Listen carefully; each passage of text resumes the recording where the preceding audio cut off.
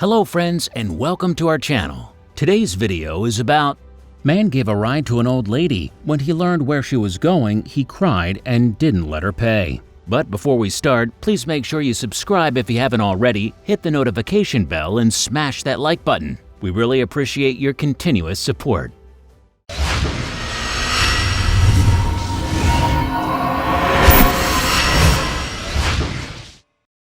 The work of an Uber driver is an adventure. He gets to know many people and witness many strange events.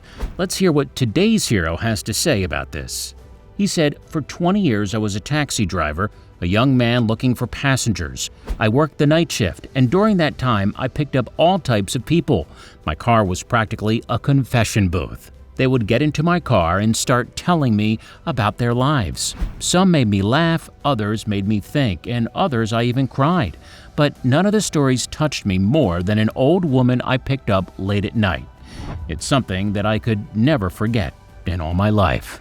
It was a new day in New York. It was 2 a.m. and I received that call. They told me I had to go to a certain street. Luckily, it was only 15 minutes away. I needed to pick up a person there. I imagined it could be a boy or a girl coming out of a party, or maybe someone furious because they had a discussion with their partner as usual. Anyways, I had to go, and I did. The first thing that caught my eye was the house. It was a very humble one. I saw that lights inside the house were on, so I honked, waiting for the passenger to come out, but no one did. At that moment, any other driver would have gone, but I thought, what if it's someone who needs help? Then I parked the car and went to the door, rang the bell, and waited for 5 minutes, but no one showed up. I rang the doorbell again and said, "Hello, is anyone there?"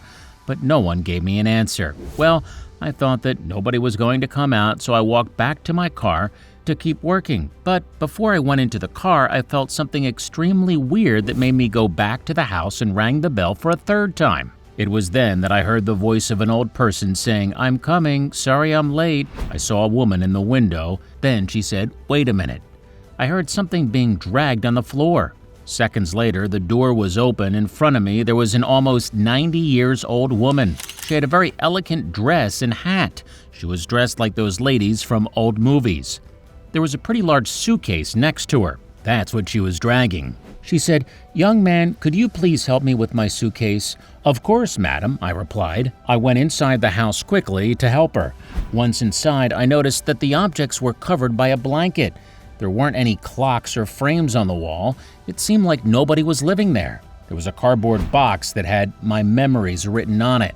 I couldn't see anything more. Anyways, I grabbed the suitcase and it was very heavy. The old lady told me, "Thanks, young man," and I replied, "Don't worry, I'm here to serve you." I put the case in the trunk and then I walked back again to the woman.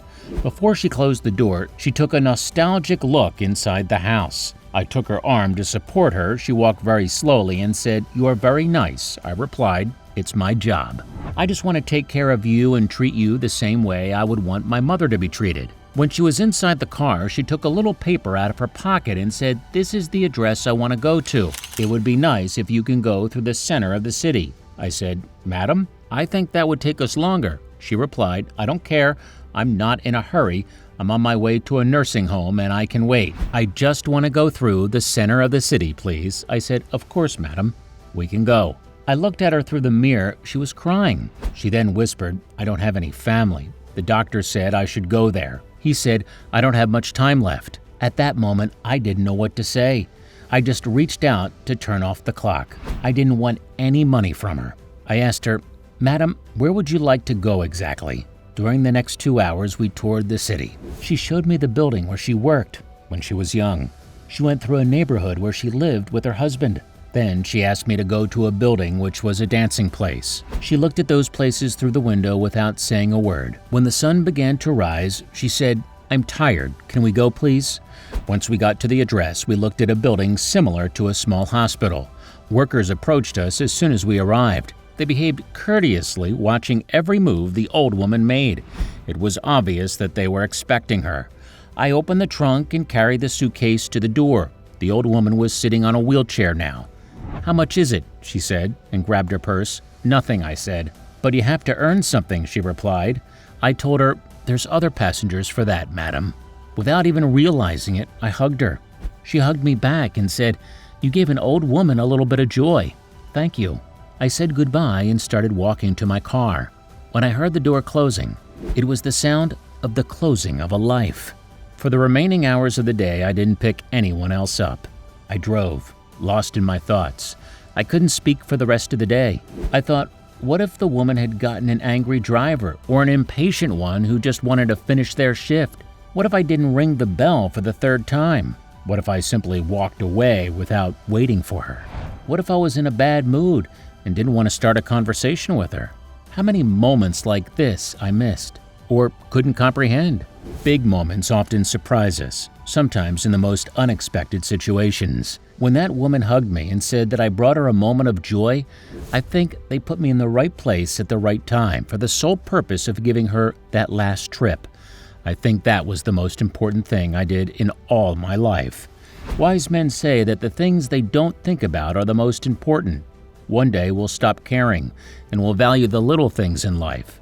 It's sad to think that one day we all will get old and will witness the death of our loved ones. For those who go last, life will be sad, especially if they have to go through all those painful moments, and what's left are memories. Imagine the life of the elderly who live in nursing homes. Did you enjoy today's story? Let us know what you think about it in the comments. If you believe this story was amazing, don't hesitate to share it with your buddies, hit the subscribe button, and activate the notification bell so you never miss your daily dose of incredible stories.